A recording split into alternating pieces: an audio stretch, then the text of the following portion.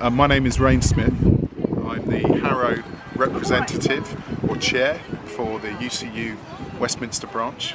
Been involved in what we call the Four Fights dispute for well over a year now. It's been a national campaign.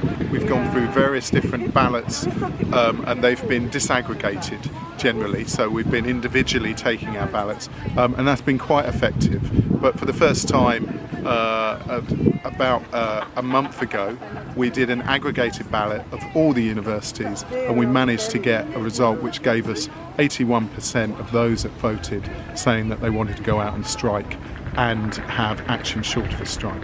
So we got the mandate through over 50% of all universities in the country, membership actually voting for this action. So we're now in a very strong position to take the Four Fights forward. Four Fights, first one's pay, it's quite straightforward. For over 20 years we've seen a decrease in our salary effectively. So we've had below inflationary rises, and as we get into a position now, we're probably looking at 20% lower than where we should be. So that 20% needs to be effectively reversed. But on top of which, we're now in an awful situation with inflation at 10%, so we're seeing an even further decrease in our wages, and effectively staff are beginning to struggle with that. There's other issues that you can bring into that, particularly around the employment of staff on much lower contracts, which means that they come in at a much lower level, and that makes living, particularly in London, totally unaffordable. And also part-time contracts? Well, that's the next one. So the precarity of contracts is one of our biggest disputes that we have and issues with the university sector. We've got far too many staff working, particularly around the idea of zero contract hours. We've got staff that have been working with us for over 10 years that are still on what we call part-time contracts, which are effectively 0 hours. Yeah, that seemed to have happened first in further education and yes. Now going into the university section. I think it probably has, but I think, yeah, and we're seeing a lot of the policies that have come from further education being dripped and fed into what we're doing. It's all a squeeze on finances, and obviously it's a big squeeze on the people that deliver the teaching and the teaching and academic staff. So the issue around precarity is really important, and what we're looking to negotiate is a much more concrete policy of enabling people that are on 0-hour contracts to get permanent positions, and anybody that's been working for over 2 years to have their contracts looked at seriously. So that's one of the key parts of what we're doing. The other area that's kind of straightforward is our workloads. It's obvious that it's been increased over the time that all university staff have been employed, but in the last 2 years with COVID as well, we're seeing workloads which are unattainable.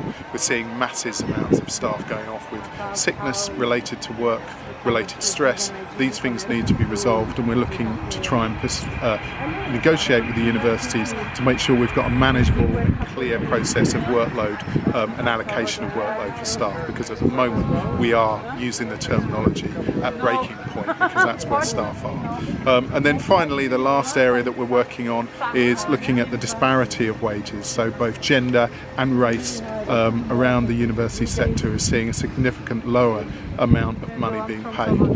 If you're a woman, you'll get paid less on average than men, and if you come from a minority group, that's also the case. And we need to rectify that and put policies in place to make sure that we're all working to the same standard and wages are lifted so that we haven't got that disparity. Yeah. And they're the four key areas that we're using to fight this and hopefully get the power to negotiate with the universities. This being our first day of striking, we'll see where it goes from here.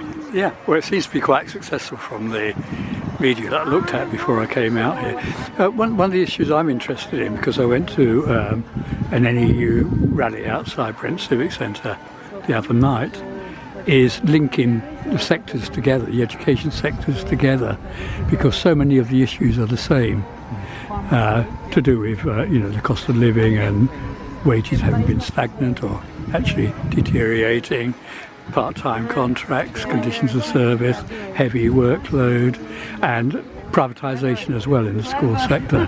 Yeah. Do you see any way that the various sectors could combine? Well, we already have, on a very practical level, when we strike on Wednesday next week, we're looking at joint rallies with other areas teachers and others that are going to come out in support and offering support on those days to us. So there's a kind of a practical element of that. I think as we go into the year ahead, we're seeing both nurses, teachers. We're striking on the same day that Scottish teachers are striking, for example, today. A lot of these efforts are going to be combined, and as we see a general trend in terms of issues, I'm hoping that there'll be something that comes out of that. But I think that's probably more likely to be a TUC, if you like, kind of process of bringing those areas together and seeing how they can work. I'd like to think that we can do that. But I know that as a country, I think we're all in agreement.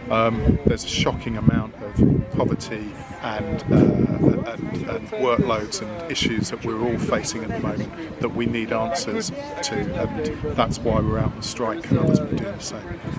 Well, thank you very much, and the best of luck and solidarity. Thank you to you. Thank you. Bye.